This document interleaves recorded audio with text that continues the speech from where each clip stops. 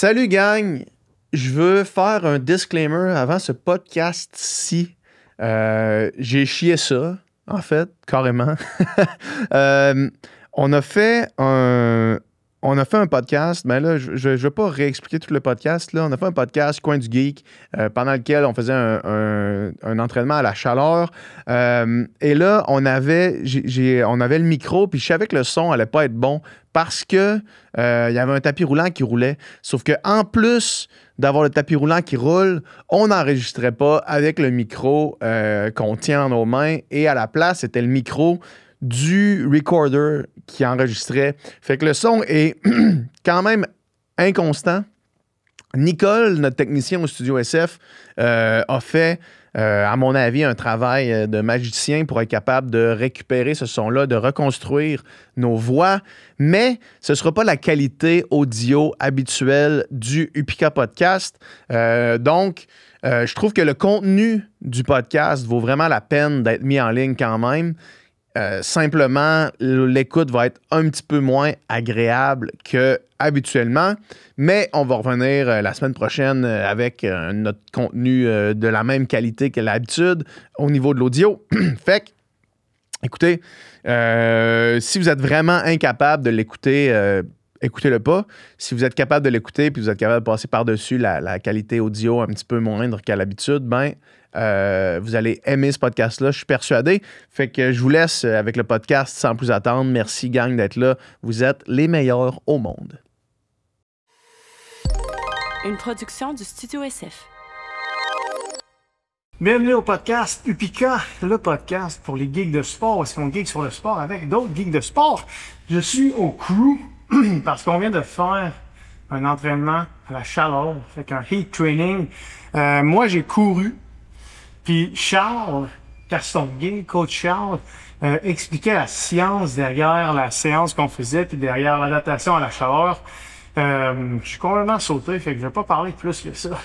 Désolé si, je ne sais pas en fait au moment où je vous parle, je sais pas si le son va être acceptable parce qu'il y avait un tapis roulant qui roulait en même temps que Charles parlait. Fait que on va essayer de traiter le son le mieux qu'on peut, sinon ben vous m'excuserez, vous avez juste à pas écouter le podcast. That's it, le podcast est présenté par Upika. Upika, c'est votre one-stop shop. Bientôt one-stop shop. Là, on n'a pas tout, mais on vise à avoir tout. Mais c'est votre endroit préféré pour les suppléments de sport d'endurance. Allez au upika.ch et toute notre gamme de produits. Utilisez le code promo Upika Podcast pour 10% off sur votre première commande. J'ai plus envie de parler, mais fait que bon point de vue.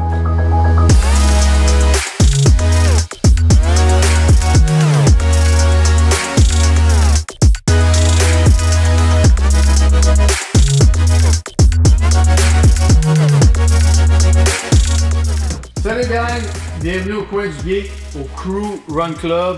On commence comme ça. Là, je suis habillé dans une tunique Core. Parce qu'aujourd'hui, au Coin du Geek, on vous donne un exemple d'un entraînement à la chaleur, le fameux heat training. Fait que moi, je me prête au jeu. Je vais faire un entraînement selon le protocole que Charles va vous expliquer après pour avoir la meilleure adaptation thermique qu'on peut avoir dans une seule séance. Et pendant que moi, je vais courir, ben Charles, il va prendre le micro plusieurs fois pour voir, ben premièrement, pour vous expliquer le setup, pour vous expliquer qu'est-ce qu'on fait. Puis il va aussi venir recueillir mes impressions pendant que je cours. J'ai l'impression qu'il va faire chaud en tabarnak. Fait que c'est ça, sans plus attendre, je vais laisser le micro à Charles, puis moi, je vais commencer à aller courir.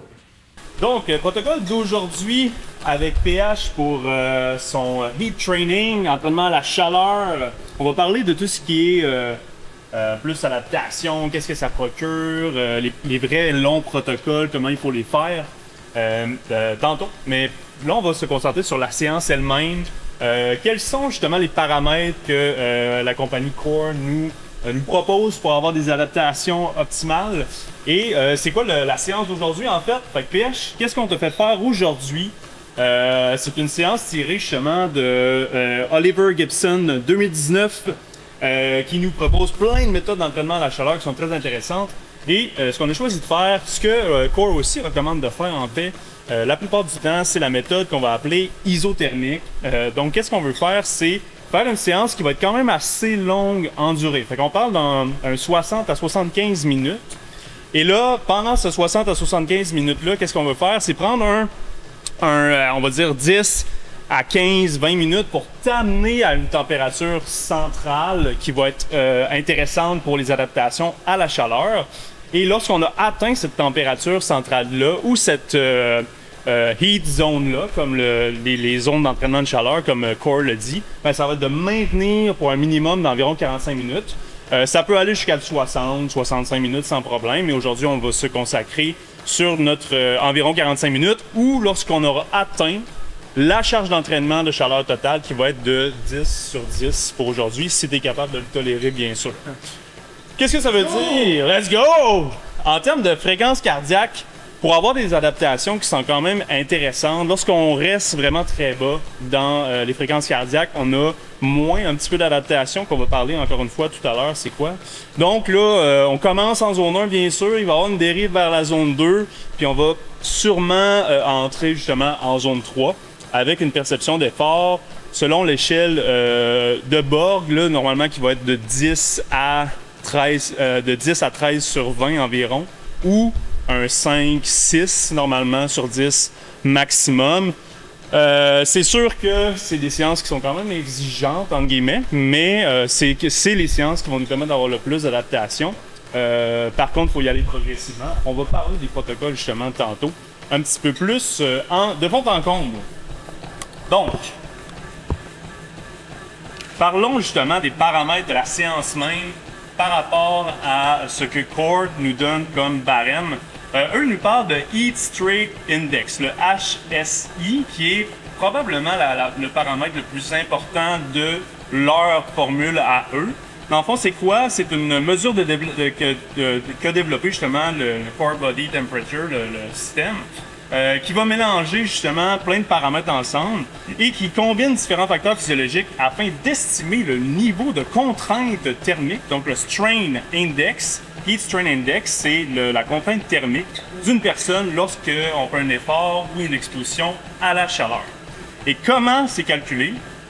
Dans le fond, c'est un modèle qui, eux disent scientifique, c'est un algorithme. Parce que bien sûr, si on veut la température centrale, comme on l'a déjà mentionné dans le podcast, ben, il faut des protocoles un peu plus invasifs, c'est-à-dire un thermomètre qu'on va faire pénétrer par un orifice du corps pour voir la température centrale. Pendant l'effort, c'est un peu plus tannant. Sinon, il existe maintenant des petites capsules qu'on peut avaler pour voir la température centrale, qui coûte un petit peu plus cher. Donc, le Core a développé un algorithme pour pouvoir l'utiliser à chaque jour, pour que ce soit vraiment comme friendly user finalement. Donc, on va comprendre la température corporelle centrale mesurée par le capteur. Mais c'est pas la température centrale qu'ils vont mesurer, eux, c'est la température de la peau. Et ils vont combiner ça avec la fréquence cardiaque, justement, pour pouvoir te donner, avec un algorithme, une estimation de la température centrale qui va être précise. Plusieurs études que ce l'est plus ou moins, disent que c'est l'est plus ou moins, mais en général, c'est quand même un bon indicateur de ta température centrale. Justement, j'ai une discussion avec M. Bio qu'on a déjà amené au podcast sur la chaleur, justement. Et lui, il me disait que l'algorithme, il croyait plus ou moins pour la température centrale, mais en tout cas, il y a beaucoup d'athlètes à l'international qui utilisent ça. Et moi, pour l'avoir utilisé, je trouve que ça fonctionne vraiment super bien, leur algorithme. Donc, chacun peut en prendre, en laisser. Vous faites votre opinion après l'avoir essayé. Donc, ça vous permet justement d'avoir une estimation en temps réel du stress thermique global. Le Heat Strain Index, qu'est-ce qu'il nous donne? En fait, c'est des chiffres qui vont aller de 1 à 7 et plus théoriquement. Donc, lorsqu'on a un chiffre sur leur échelle devant nos yeux, lorsqu'on fait l'entraînement de 0 à 1, ben, c'est très faible comme stress thermique, c'est négligeable. De 1 à 3, on va commencer à se dire que c'est modéré. Donc, si on n'est pas habitué d'être dans des conditions chaudes, la vigilance est conseillée, surtout lorsqu'on est en période de compétition. De 3 à 7, c'est quand même élevé. Donc, risque accru de coups de chaleur où il y a une nécessité de s'adapter à l'effort ou de se refroidir. Et là, je parle en période de compétition, mais là, on va l'adapter justement à l'entraînement. Et lorsqu'on est à un HSI de 7 et plus, ben là, on est dans un état critique, surtout quand on est en compétition. Si tu vas à plus que 7 de Heat Strength Index, ben là, ça commence à être dangereux pour toi. Il faut probablement cesser l'activité et te refroidir. D'ailleurs, à ce sujet-là, pendant que je cours en ce moment, on vient tout juste d'arriver à la tension thermique, le Heat Strength Index. On vient de dépasser 1, qui fait qu'on arrive en zone 2. Et déjà là, la perception d'effort, là je cours à 5 kg, la perception d'effort est déjà très supérieure à 5 kg, puis on est juste en zone 2. Fait que ça continue en ce moment. Il y a une lente dérive à la fois de la température de la peau, de la fréquence cardiaque et, après l'algorithme que Charles vient de nous expliquer, de la température corporelle centrale. Donc, je vais prendre une capture d'écran de ce moment-ci et je vais l'ajouter dans le podcast pour les gens qui écoutent sur YouTube. Back to Charles. Merci. Donc, ensuite, qu'est-ce qu'on veut pendant l'entraînement pour maximiser nos gains selon justement les paramètres de core? C'est atteindre un Heat Training Load qui va être intéressant. C'est sûr que pour un débutant, on peut aller chercher un petit peu moins pour commencer, plus intense à la fin. PH a déjà fait quand même plusieurs séances, donc on va aller chercher un Heat Training Load qui va être quand même supérieur. On parle d'une échelle de 10. Je vous donne des exemples assez concrets. Par exemple, si vous faites, selon leurs paramètres de zone qu'on va établir juste après, 30 minutes en zone 2 de chaleur, mais vous allez avoir un score qui varie entre 0,6 à 1,4. Si vous le faites en zone 3, vous allez avoir un score qui varie de 4 à 6. Et plus vous allez atteindre des scores qui vont être intéressants à chaque séance de façon progressive, il faut le mentionner, plus on va aller chercher des scores qui vont être un petit peu plus supérieurs, plus notre adaptation globale à la chaleur va être intéressante. Et là, il parle de Heat Newbie jusqu'à Heat Champion, c'est-à-dire votre score d'adaptation. Même si ça prend des semaines, c'est pas en une journée qu'on devient un champion de chaleur. Ça peut prendre 10 jours à 5 semaines même selon les études. Donc, il faut modérer notre progression. Ensuite, si vous faites par exemple 1 heure en zone 2 de chaleur, vous allez passer de 1.1 jusqu'à 2.6 de score, de training load, pardon. Et 1 heure, par exemple, en zone 3, vous montez jusqu'à 10. C'est assez intéressant. Et plus on va monter dans le temps, plus ça va devenir intéressant aussi. Donc, eux, ils recommandent des fois des séances jusqu'à 3 heures en zone progressive de 2 à 3. Et ça, c'est vraiment pour les champions parce que moi, je serais pas capable de faire ça. Parce que c'est dans leur charte, mais faites attention quand même. Là, nous, en général, pour les séances normales, on vise justement entre 45 et 75 minutes. Et même pour les débutants, ça peut être des 30 minutes. On vise un score, un training load, pardon, qui va commencer un peu plus bas. Là, si vous attendez les 5 au début, c'est bien correct, les 4. Et vous visez vers le 10 sur 10, plus vous évoluez à travers les semaines. Voilà, donc ça, c'est très intéressant. Et qu'est-ce que le training load? C'est en fait, c'est une combinaison de la zone dans laquelle tu as été, fois le temps, fois la fréquence cardiaque, etc. Donc, c'est quand même assez intéressant pour avoir une évolution de tes paramètres. Et finalement, les heat zones, ce qui est certainement la chose la plus intéressante chez Core. 4 heat zones, c'est les zones de chaleur qu'on appelle, donc les proposées par Core. Elles dépendent de chaque individu. Et la réponse physiologique à la chaleur varie fortement d'un individu à l'autre. C'est pourquoi c'est intéressant de justement mettre les fréquences cardiaques avec, puis de se créer un profil justement pour avoir le poids, la grandeur, etc. Parce qu'il y a beaucoup de facteurs qui peuvent influencer la tolérance à la chaleur. Il y a la génétique, tu es juste né plus tolérant. Il y a des facteurs qu'on ne comprend pas encore une fois, mais la génétique, tes expositions passées, l'acclimatation que tu as déjà fait, ton hydratation avant, pendant, après, ta nutrition aussi, ta condition physique. Les athlètes qui ont par exemple 50 de VO2 max et plus vont avoir des meilleurs scores plus rapidement que des gens qui sont un petit peu moins entraînés.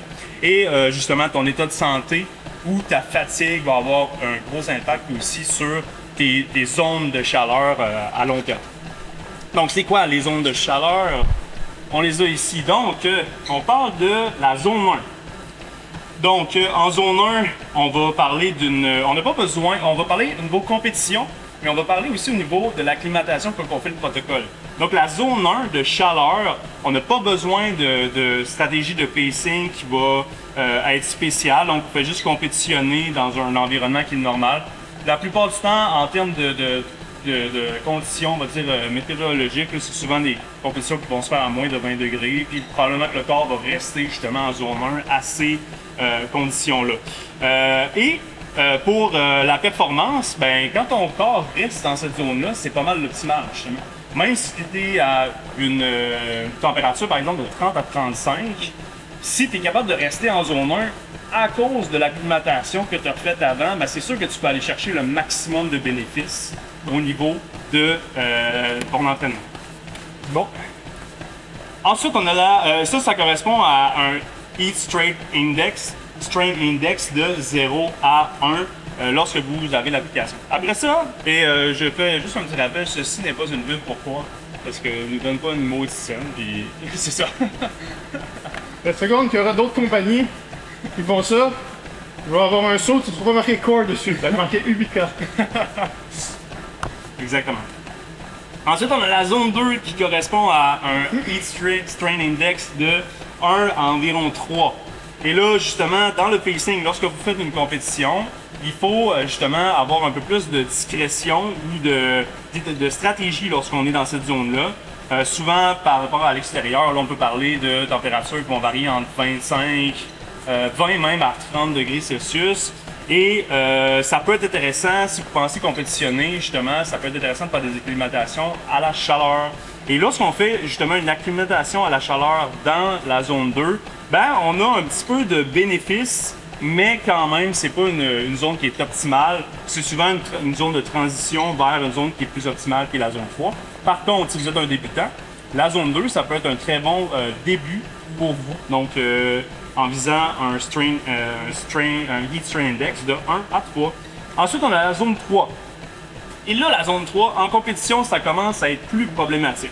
Il faut vraiment penser à trouver des méthodes de refroidissement, à s'hydrater, à se nourrir très régulièrement et aussi peut-être à ajuster le pacing un petit peu plus vers le bas. Comme on l'a dit dans un autre podcast, il y a peut-être la caféine qui peut combler à ça, mais encore une fois, consultez votre nutritionniste. Mais lorsqu'on est dans un Heat Strain Index de 3 à 7, la zone 3, en compétition, ça peut être problématique et souvent l'effort, il faut qu'il soit un petit peu plus court. Là. Si vous êtes en zone 3 pendant, je sais pas, 2, 3, 4 heures, vous faites un repas et vous pensez être capable de soutenir votre zone 3 de chaleur trop longtemps, ben ça ne se fera pas malheureusement.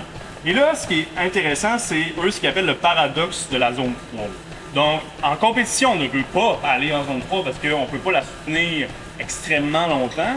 Mais le paradoxe, c'est que à l'entraînement, au contraire, c'est la zone qu'on veut aller chercher lorsqu'on va faire notre adaptation à la chaleur. Donc, on rappelle, c'est un Heat Strength Index de 3 à 7. Et justement, pour l'entraînement, l'acclimatation, c'est vraiment ça qu'on veut aller chercher. Et ben, ça va correspondre à quoi? En termes, quand vous faites l'entraînement et que vous avez le capteur, justement, vous allez voir, là, on vise à peu près un 38,5 de température centrale extrapolée. La température de la peau, elle va varier, comme on disait, entre 36 et 36,5 et 38,5 environ. Normalement, ça devrait se situer autour de ça. Ça peut monter un peu plus haut que ça. Après ça, il faut faire attention avec les fréquences cardiaques, le ressenti, comme on le disait, pour ne pas exagérer. Et ensuite, on a la dernière zone qui est certainement la plus problématique à la compétition, c'est la zone 4. Et là, la zone 4, on arrive à un Heat Strain Index de 7 et plus. Lorsque vous faites l'acclimatation à la chaleur, on recommande de ne jamais aller dans cette zone-là. Si vous y allez par erreur, redescendez, débarquez du tapis, du vélo, promenez-vous un peu pour retourner en zone 3 pour poursuivre. Mais là, on parle vraiment là, que c'est dangereux pour la santé à court terme, mais aussi à long terme. Et justement que si vous êtes en train de faire une compétition, il faut arrêter parce que là, parce qu'il peut y avoir plein d'autres problèmes physiologiques. Des grosses zones 4, je pense que souvent on entend parler justement des marathoniens qui vont décéder subitement parce qu'il y a une grosse touche à la chaleur. Ben, c'est peut-être justement qu'ils sont dans cette zone-là trop longtemps, puis là on a des dangers quand même au niveau de la santé, donc il faut faire attention. Et même lorsqu'on fait le protocole, il faut faire attention de ne pas trop aller dans cette zone-là. Donc, le point clé de tout ça, des Heat Training Zones, c'est la zone 3. Lorsque vous faites votre entraînement à la chaleur, on vise cette zone-là. On parlerait d'une température de la peau qui est de 36,5 à 38,5 environ. On parlait de 38,5 qui est pas mal le target au niveau de la température centrale. Si vous montez à 39, paniquez pas. Mais si vous vous oscillez entre ces deux paramètres-là, c'est correct. C'est une bonne adaptation. On parlait d'une échelle de perception d'effort qui va être entre 10 et 13 sur 20 ou 5 et 6 sur 10. Et pour un protocole optimal, souvent, là, on va recommander Donne-moi une petite seconde, je vais vous dire ça. Des pourcentages de VO2 max ou effort total relatif autour de 65 à 70 %. Souvent, ça va correspondre à la fin de la zone 2, début de la zone 3. Je recommande quand même pas d'aller en zone 4, zone 5 quand on fait du training. Si vous y allez par défaut à un moment donné, c'est pas grave. Mais sachez que la récupération est plus longue et qu'il va falloir beaucoup déshydrater et nourrir après. Et que peut-être que vous allez vous sentir un petit peu mou pendant une couple de jours après. Donc, comment se passe, c'est quoi l'évolution de nos paramètres jusqu'à maintenant? Donc, exactement au moment où tu me parles des zones, la tension thermique, je vais prendre un screenshot. La tension thermique vient tout juste de dépasser 3. Donc, je viens de basculer en zone 3. Température corporelle, 38,2. Température de la peau, 35,7. T'as parlé de là, centrale, je te dis, ouais. Ouais, 38,2. Et, étant donné que je parle, fréquence cardiaque à 151, mais il est autour de 144, fait début zone 2. Fait que là, perception d'effort vraiment au-delà de début zone 2, c'est désagréable. Ok. Un 6, genre, un 5-6? Ouais. 6 plus que 5 sur 10. Et après ça, c'est intéressant parce que tu parlais du warm-up pour se rendre en zone 3. Exactement, ouais. De 15 à 20 minutes. J'ai été 12 minutes en zone 1, seulement 8 minutes en zone 2. Tension thermique, je parle. Okay. Et là, je viens d'entrer en zone 3 après approximativement 21 minutes. Ouais. Fait qu'on est on track pour le protocole idéal. Fait que là, normalement, corrigez-moi si je me trompe, je voudrais me rendre à 38,5 de température corporelle centrale et garder cela pendant, je sais pas, 40 minutes. Ça vient de s'updater, excuse-moi. Donc, 9 minutes en zone 1, 11 minutes en zone 2, et là, 2 minutes en zone 3. Fait que, on continue. 38,3 maintenant, température corporelle centrale. That's it. Donc, ça continue à grimper. Super intéressant. Donc, je vous rappelle le protocole, là, on a commencé tranquillement. Le but, c'est de, sur maximum de 30 minutes, justement, atteindre notre 38,5. Même si ça dépasse un petit peu, c'est pas grave, on s'ajuste. Et lorsqu'on a atteint cette température-là, on essaie de stabiliser, justement. On veut pas aller à du 40. C'est vraiment pas recommandé. Comme je disais, là, on rentre dans une heat zone vraiment plus élevée, puis c'est pas bon pour ton adaptation, en fait, parce que tu seras pas capable de la tenir. Et c'est pas recommandé juste pour ta santé. Donc on essaie de rester dans la zone 3 optimale et autour du 38,5 pour avoir une adaptation optimale justement. Donc à partir de 30 minutes, on va voir comment ça va aller. Et on va vous donner des petits updates par rapport à ça. Donc pendant que la température de pH monte tranquillement, on est presque rendu dans les 30 minutes. On va faire un petit débrief après. Je vous parle un peu du plan sur 5 semaines que justement Core propose pour commencer le Heat Training. Les principes du plan, dans le fond, c'est volume et intensité qui augmentent à chaque semaine. La fréquence, c'est des 3 fois par semaine. Les durées, c'est environ 60 minutes par séance, progressivement plus exigeantes, évidemment. Surveiller quoi, en fait, durant l'effort, ben, c'est la température corporelle, comme on a dit, viser progressivement les 38,5, la fréquence cardiaque, et on ajuste au ressenti. Et justement, ça peut être très bien utilisé en complément à un plan d'entraînement qui va être normal pour des athlètes d'élite et pour des athlètes aussi amateurs. Mais je le redis, plus vous vous êtes entraîné à la base, meilleures les acclimatations vont venir rapidement, en fait. Donc, la structure du plan, ça correspond à quoi? C'est semaine 1 et 2, c'est la période de familiarisation qu'on appelle. Donc, on a 3 séances par semaine à intensité modérée. Donc, en termes de heat zone, on peut peut-être rester justement dans la 2. En effort aussi, là, maximum début zone 3 lorsqu'on fait les protocoles.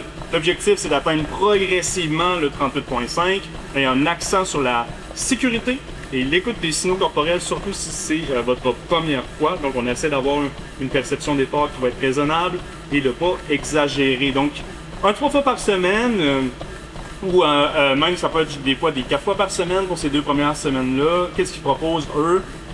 C'est justement avoir, par exemple, le lundi, un workout overdress qu'ils appellent. Et on monte tranquillement la température justement jusqu'à 38, 38,5 le lundi, le mardi, le jeudi, le vendredi. Donc ça vous fait 3 à 4 expositions. Par contre, ce que vous pouvez faire la première semaine, c'est justement viser peut-être pas du 38,5 pour commencer, mais plus peut-être du 37,5, du 38 comme finalité, avec justement un score total. On parlait du training load tantôt, le training load, qui ne va pas aller à 10 sur 10, mais peut-être à 17, 8 sur 10. Et la semaine 2, on parle de 3 séances avec justement de la chaleur. Et qu'est-ce qu'on peut faire? C'est la première semaine, il parle seulement justement des peut-être 15-20 dernières minutes de l'entraînement avec la chaleur. La deuxième semaine, on parle justement de 20 à 30 minutes avec la chaleur, peut-être faire un 30 minutes, ensuite en overdress un 30 minutes. Lorsqu'on parle de la semaine 3-4, on parle de l'augmentation de la charge ou d'une charge qui est plus accrue, donc une intensité qui va être un peu plus élevée et une meilleure maîtrise de la thermorégulation parce que l'on commence à se connaître un petit peu plus. Augmentation du temps passé justement autour du 38,5 et on commence à développer des adaptations un peu plus physiologiques. On va en parler tantôt. Donc, on parle de, par exemple, première séance le lundi, un 30 minutes à 30 minutes d'intensité, même ça peut être un 30 minutes de tempo, des petits intervalles que vous faites, suivi justement d'un 30 minutes de chaleur. Et par exemple, pour le mercredi et le vendredi, on parle plus de 1 heure à la chaleur complètement. Et un peu le même principe pour la semaine 4. Et la dernière semaine, parce qu'on a un plan sur 5 semaines, on a une semaine de consolidation qu'on appelle, donc des séances qui sont plus stables avec une exposition soutenue, qui vont optimiser justement tes gains, tes adaptations physiologiques et préparation à des protocoles plus avancés, donc pour les athlètes d'élite souvent qui vont avoir des protocoles beaucoup plus sévères que ça. Donc là, on parle d'une semaine où on fait 3 séances aussi, environ 1 heure et qu'on monte là, progressivement jusqu'à 38,5 et qu'on essaie de maintenir justement un 45, 60, des fois même jusqu'à 75 minutes à ces températures-là, en surveillant tous les signaux corporels évidemment pour ne pas exagérer. Et c'est toujours très important de s'hydrater pendant, avant et après, d'adapter la durée, l'intensité selon justement la fatigue. Si vous avez des vertiges, on arrête ça immédiatement. On prend une pause. Il faut être très précautionneux, si je peux me permettre le mot, avec ça. Et en cas de grosse charge sportive qui est externe à l'adaptation à la chaleur, ben, on réduit les temps. Ou on peut opter pour des séances qui sont plus passives, qu'on va parler tantôt, donc les bench les sauveurs. Comment ça va, PH? Oh! Donc, la cible numéro 1, c'est-à-dire 38,5 de température corporelle centrale est atteinte. On est à 38,5. Ça va faire 14 minutes qu'on court en zone 3. Je vais prendre un screenshot de tout ça, je vais vous montrer. Température de la peau, c'est stabilisé à 35,7. Et là, la fréquence cardiaque commence à drifter début zone 3. Donc, si je vois que la température corporelle centrale monte à 38,6, 38,7, je vais diminuer la vitesse, diminuer l'intensité pour être capable de courir le 45 minutes en zone 3. On a parlé de température centrale de combien? 38,5. Et tu vois que ça commence à faire effet parce que juste quand tu me passes un micro, il est souillé complètement. Ah, c'est dégueulasse. Voilà. Donc, pour ceux qui sont des athlètes un petit peu plus, on va dire, de haut niveau, puis qui se demandent comment ils vont intégrer ça justement à leur entraînement, parce que on se cachera pas, ça peut être quand même exigeant comme protocole. C'est des 3 fois par semaine, de 60-75 minutes, en montant jusqu'à presque début zone 3, fin zone 2. Avec des codes d'effort qui vont être assez élevés. Il existe des protocoles qui ont été trouvés par la littérature justement de façon passive, donc des passive acclimatation qu'on appelle pour améliorer la performance. Donc vous avez Salomon et Lake qui ont fait une revue de littérature et une méta-analyse en 2025, tout frais, sortie du four, qui avait comme objectif d'évaluer l'exposition passive à la chaleur après l'exercice. Donc on faisait notre activité, on allait soit dans un sauna, dans un bain chaud, et on voulait mesurer justement les adaptations physiologiques attribuables à ces protocoles-là et l'amélioration justement des performances. Donc on a pris une vingtaine d'études qui regroupaient environ 400 participants, ce qui est quand même assez bien. Et qu'est-ce qu'on remarque justement au niveau des adaptations physiologiques, on va décortiquer un petit peu plus tantôt, mais il y avait une bonne augmentation du volume plasmatique après 7 jours, meilleure thermorégulation, meilleure sudation et au niveau cardiovasculaire, légère baisse des fréquences cardiaques à certains niveaux d'effort. Donc il y avait quand même les mêmes adaptations physiologiques, quand même moins marquées que les protocoles actifs, mais vous aviez quand même beaucoup de bénéfices à le faire. Même que sur la performance, les mesures en performance, on allait voir justement des améliorations modérées à fortes, du 8 à 12% sur le temps et l'épuisement quand même, c'est pas négligeable, c'est énorme en fait. Et dans les conditions, ça c'est des protocoles de time trials en chaleur, et dans des protocoles de TP ou de contre-la-montre en température tempérée qu'on appelle, les effets sont un petit peu plus variables. Donc, ça aurait un bon effet sur les compétitions à la chaleur, mais les effets, meilleur effet sur les compétitions à la chaleur, mais les effets physiologiques sont quand même là. Les protocoles qui sont intéressants, c'est justement une durée minimale de 7 jours. Et puis, on va l'allonger, mieux ça va être. L'exposition passive, donc on parlait des saunas, des bains chauds, doit être d'un minimum de 20 minutes à progressif. Donc, on peut aller un peu plus jusqu'à 30, même au-dessus de 30, égal ou au-dessus de 39 degrés Celsius. On a des résultats plus intéressants. Et combiné au post-entraînement. Donc, je vais faire, par exemple, ma course à l'extérieur et je vais tout de suite aller faire mon sauna ou mon bain chaud pour optimiser le stimulus thermique. Voilà, donc ça pourrait être intéressant aussi de le faire de façon passive. Et si vous êtes intéressé à essayer de combiner les deux, ben justement, sur Core, il vous propose des options qui vont combiner l'entraînement actif, donc avec le sauna sup, la chaleur, et le passif. Donc, par exemple, en semaine 1, il vous propose juste de le faire en actif parce que oui, l'acclimatation va quand même être meilleure en actif. La semaine 2, ils vont combiner un petit peu les deux. Donc, par exemple, 1 à 2 séances actives avec une séance passive après l'effort. Et on va de plus en plus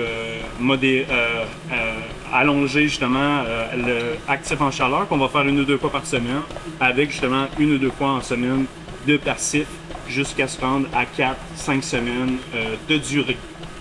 Donc, on est rendu où là-dedans? PH. Bon. Ça vient de faire 25 minutes que je cours. Je vais prendre une shot encore. Ça vient de faire 25 minutes que je cours dans le zone 3. L'idée était de se rendre à une tension thermique de 5. Donc, quand tu prends sur 5, j'ai commencé à diminuer la vitesse, mais là, je fais 5.3. Fait que ça semble pas vouloir ralentir. Température corporelle centrale, selon l'algorithme, 38.9. Mais ça aussi, c'est une dérive un peu hors de contrôle. Mais la température de la peau, depuis tantôt, est à 35.6, 35.7. Ça ne bouge pas de là, c'est à peu près 20 minutes. En termes de charge d'entraînement thermique, on est juste à 3.2 sur 10, ce qui est quand même très étonnant. Fait que, considérant l'effort, mais il reste encore 22 minutes, voire 30 minutes de course en zone 3, donc ça ne vous demande pas qu'à 1h15 de course, on se rend à 10 sur 10. Et je crois aussi que probablement que ton score total à la fin dépend de ton adaptation précédente aussi. Donc, probablement que plus tu en as fait, plus ton score va être élevé à chaque fois. Puis quand tu débutes ou tu es rendu modéré, justement, c'est plus long, avoir un gros score, comme on parlait tantôt. Donc, tu sais, selon les chartes, là, tu me disais presque 36 à la peau. On a du 38,9. 39 sur le... 39. Fait qu'on est direct dans la Heat Zone 3 avec les bénéfices optimaux pour leur charte à eux, qui se situe entre 3 et 7, mais un bon 5, là, je pense que ça peut être très bien. 5.4 présentement. Moi, ce que je te recommanderais, vu que tu commences à monter vers le 39, puis que justement, là, tu commences à voir que ça dérive vers le haut, puis c'est un petit peu incontrôlable, c'est un bon moment justement pour diminuer la vitesse du tapis, puis essayer de maintenir un effort ou une sensation, une perception d'effort qui va être pas mal la même. Parce qu'on ne veut pas finir une sensation d'effort qui va être un 8, un 9 sur 10, parce que justement, on va probablement dériver encore plus vers la Heat Zone 4, qui là est moins intéressante pour l'adaptation, qui va causer plus de dommages en fait. Fait qu'en demeurant dans cette zone-là, on le fait en modérant. Si vous êtes sur un bike, ben justement, c'est pédaler moins. Des fois, ça va du pédaler du 80-100 watts, on a l'impression de rien faire, mais nos heart rate, il reste quand même assez élevé. Si vous êtes le tapis, ben, on diminue la vitesse. N'hésitez pas aussi à jouer avec l'inclinaison, hein, si des fois ça vous tente de diminuer la vitesse, augmenter un petit peu la pente. Tant que vous restez dans la même charge au niveau de la perception d'effort, c'est parfait. Donc, on arrive proche de l'heure d'effort total. Pendant ce temps-là, je vous parle un petit peu de historique et adaptation, justement. Puis après ça, on va faire un petit débrief avec PH. Il reste une quinzaine de minutes sur le tapis. Fait que l'entraînement à chaleur, ça fait quand même très longtemps qu'on s'y intéresse.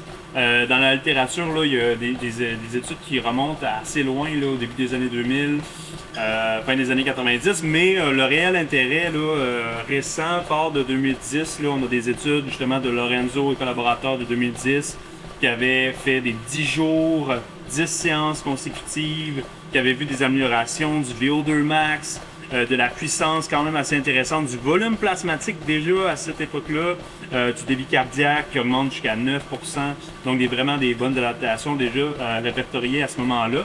Et là, on a des études très bonnes, très sérieuses. Lundi et collaborateurs 2021, Ronstad et collaborateurs 2022 qui vont faire des protocoles un petit peu plus longs justement sur des 5 semaines avec des 60 minutes par jour, 5 séances par semaine où on va voir des bonnes améliorations de la tolérance à la chaleur, des augmentations de la puissance qui vont jusqu'à 9% sur une trentaine de minutes, une augmentation de l'hémoglobine sanguine justement aussi, beaucoup d'adaptations thermorégulatrices. Donc, on va en parler de ces adaptations-là justement qui sont quand même assez intéressantes. On a des super adaptations physiologiques. On voit beaucoup de résultats pour des événements justement après qui vont être en chaleur, des compétitions qui vont se tenir en chaleur. Pour ce qui est des climats tempérés, par contre, là, c'est une étude va dire que ça a eu des bénéfices, l'autre va dire qu'un petit peu moins.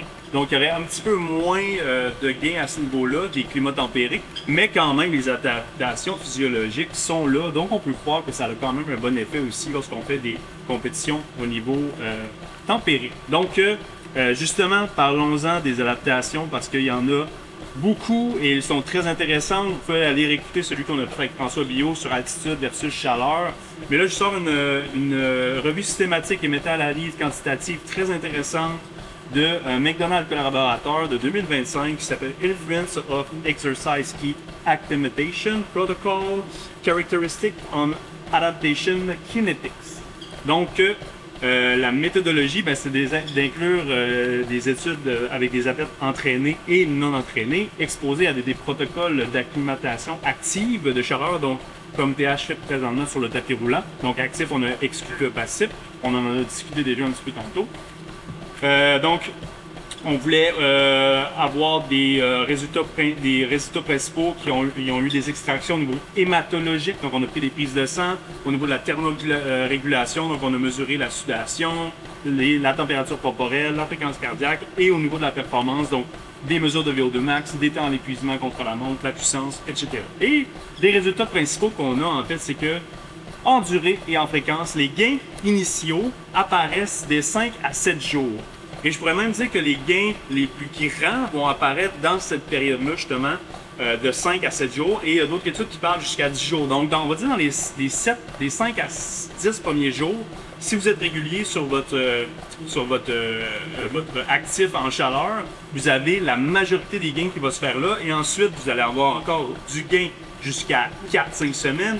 Mais par contre, la majorité des gains vont se faire pas mal dans cette période-là. Les adaptations optimales, qu'on parle au niveau volume plasmique, hémoglobine, performance à la chaleur, nécessitent un minimum de 14 jours. Pas nécessairement avoir une séance par jour, donc on peut faire un 5 à 10 jours consécutifs et ensuite peut-être skipper un jour de temps en temps, ou même une fois ou 2 jours, une fois ou 3 jours, avec au moins 4 à 5 séances par semaine. Donc il le mentionne, 4 à 5 séances par semaine sur 14 jours pour avoir des adaptations qui sont un petit peu plus optimales. Les protocoles plus longs, par contre, qui vont durer plus de 3 semaines, produisent des gains hématologiques plus stables. Donc, si vous voulez avoir des modifications de vos paramètres sanguins qui vont être plus intéressants, ben là, on va opter pour des 3, 4, 5 semaines. La température et l'intensité. Les protocoles qui sont supérieurs à 37 degrés favorisent une augmentation plus rapide du volume plasmatique, donc de vos changements de paramètres sanguins. Une intensité d'exercice modérée à élevée, on parle de 60 à 75% du VO2 max pendant le protocole actif, semble optimal pour stimuler les adaptations cardiovasculaires et thermiques aussi, thermorégulatrices qu'on parle, donc la sudation, votre capacité à tolérance à la chaleur, etc. Les intensités trop basses induisent des gains quand même limités, donc on parlait tantôt de la Heat Training Zone 1. La Heat Zone 1, dans le fond, ça aurait peu d'impact sur votre acclimatation, vos paramètres sanguins, etc. Les méthodes d'exposition, ben, comme on le disait, c'est le vêtement thermique qui est intéressant lorsqu'on fait le actif ou d'aller dans un environnement qui est naturel, très chaud. On aurait pas mal les adaptations qui sont similaires, mais c'est plus variable à cause de l'humidité, le vent, etc., qui peut vous refroidir ou augmenter trop la chaleur. Donc, soit un vêtement thermique, soit un environnement naturel qui va être un peu plus stable, ou une chambre climatique. Pas obligé d'avoir un sauna suit, mais si vous avez une chambre où vous pouvez craquer la température, ça peut être intéressant, c'est contrôlé. Mais c'est sûr qu'au niveau électricité, etc., ça peut coûter cher. Donc, faire attention avec ça. Et les adaptations observées qui sont les plus intéressantes. Donc, le volume plasmatique peut augmenter, selon cette revue de littérature-là, de 6 à 9% après 2 semaines. Donc, c'est quand même énorme en termes d'augmentation. Masse d'hémoglobine, on parle de 2 à 4%. Souvent, là, on va parler de, justement, les 2-3 premières semaines, on va chercher un 2-3, puis ensuite, on va chercher un autre pourcent sur les 3, 4, 5.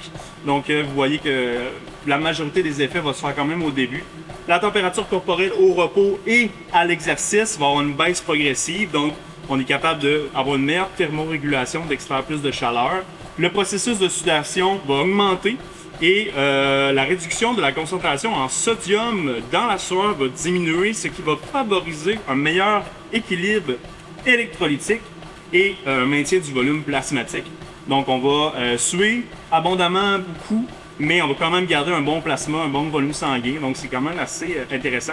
Sur la performance, il y a des améliorations nettes en chaleur, donc le temps d'épuisement va être allongé, les contre-la-montre vont être plus performants, plus de puissance, on peut atteindre des VO2 max qui sont quand même assez supérieurs aussi.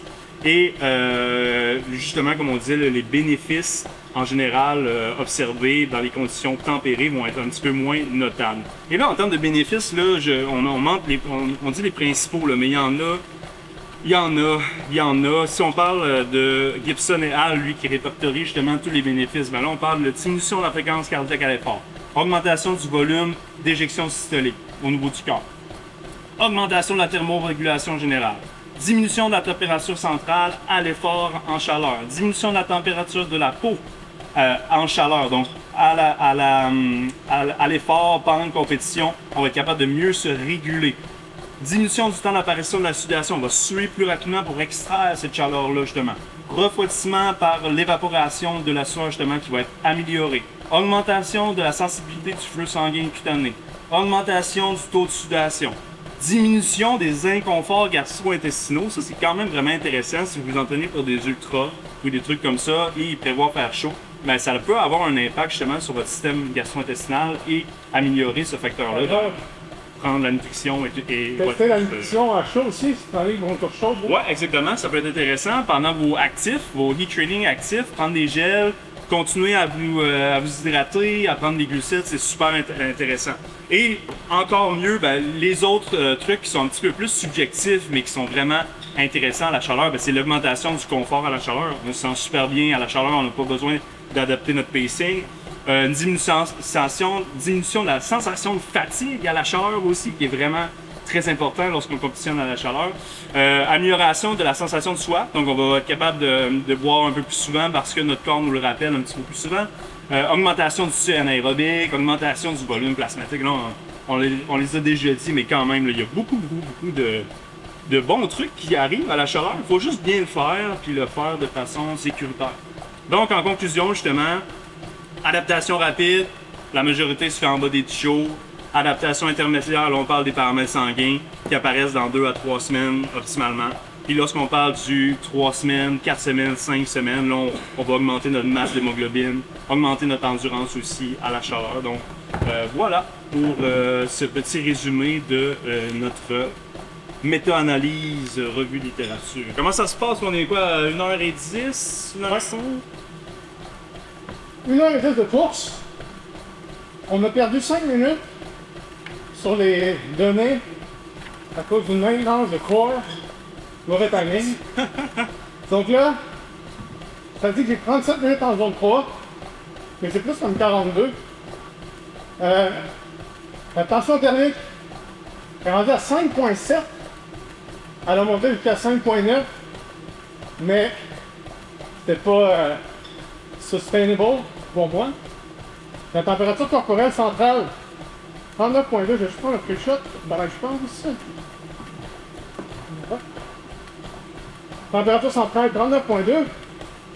Ça aussi, elle a frappé un plateau. Et là, parce que Charles, fréquence cardiaque à 162, mais normalement, 155. Fait fin zone 2. Et la perception d'effort a stabilisé. Ça fait à peu près 15 minutes, je me suis dit, si ça continue à augmenter comme ça, je finirai pas. Là, j'ai diminué le test. Et là, je pourrais continuer de même, là, encore un bon, je sais pas, 30-45 minutes. Là. Fait que, malgré le fait qu'on a perdu 5 minutes, je pense que je vais essayer de me rendre à 10 sur 10 quand même. Fait qu'on va continuer. Et là, t'as dit qu'on était à combien? Là, il s'update pas à cause de la maintenance. Ouais, ok, bon. Fait que peut-être, genre 1 heure à ces chiffres-là, Ouais, de zone 3. Ouais, allons-y. Ok. Donc, l'effet du heat training sur la sudation, on le voit bien. Un petit peu dégueulasse pour les âmes sensibles. Faut que je me tienne assez loin de lui d'ailleurs, parce que sinon il me fait splasher assez rapidement. Donc, on approche le 90 minutes presque d'effort. Avec PH, on a décidé d'y aller pour... il sentait bien, il y avait ça, puis on a décidé d'y aller pour le protocole un petit peu plus long. On visait le 75 au début. Finalement, on va vers le 90. On est toujours dans la zone 3.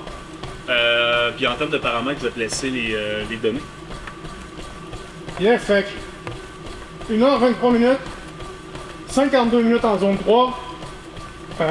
Encore une fois, on est à un plateau à 39.2, température corporelle centrale. Tension thermique, elle a monté à 5.9. On est redescendu à 5.2, fait qu'on a repris le contrôle un peu. Température de la peau, elle a descendu quand même drastiquement, puis je serais curieux de savoir pourquoi. Là, dans mon suit, je suis dans une piscine. Peut-être que ça donne un gain. Ouais, peut-être que l'eau. Parce que la température vectorielle ici dans le warehouse est quand même fraîche. Ouais, on est à Fait que peut-être que 15, peut-être. peut-être que l'eau devient fraîche. Ouais, En tout cas, fréquence cardiaque zone 2 encore. Et 16 kg officiellement. Donc, on continue. Il reste 6 minutes. Petit recap de notre entraînement. Beaucoup de sueur. Beaucoup de plaisir aussi. Ouais, fait que essentiellement, c'est 1 heure pile en zone 3 J'ai fini ça à 5 de tension thermique. Fait que normalement, Zone 3. zone 3 de tension thermique. Ouais. Fin zone 2 de heart rate. Fin zone 2, début zone 3. 39.1, 39.2 de température corporelle. Ça l'a pogné 39.1, genre, puis c'est resté là non-stop. Puis après ça, comme je disais, température de la peau, ça l'a tranquillement descendu. Mais ça, on pense que là, il est vraiment rendu extrêmement détrempé dans son sou. Je pense que c'est juste la sueur en tant que telle qui va modifier le barème de température de la peau qui va le faire un petit peu descendre, selon moi. Parce qu'au début, ça montait. Puis là, quand ça a commencé à être une chute autour de toi, ben là, ça a commencé à descendre un petit peu plus. Fait qu'il y a quand même cet effet-là à prendre en considération. Ouais, tout à fait. Puis sinon, perception d'effort, comme je disais, là, ça a fait 1h30 à 40 minutes, la perception d'effort continue à augmenter. Jusqu'à temps que je frappe justement 38.5, 38.6 de température corporelle intérieure, que j'arrive à 4.5 de tension thermique, puis que là on fait ce qu'on avait dit qu'on allait faire, c'est-à-dire descendre l'intensité. Puis à partir de ce moment-là, ben évidemment, en descendant l'intensité, la perception d'effort est restée égale. Puis j'ai pu vraiment être comme là, il y a comme une petite flèche, non, je vais prendre un screenshot. Il y a une petite flèche qui montre où est-ce que tu es dans les zones thermiques. Puis pile au milieu de la zone 3, j'étais capable de rester là pendant, dans le fond, 1 heure, là, tu sais, essentiellement.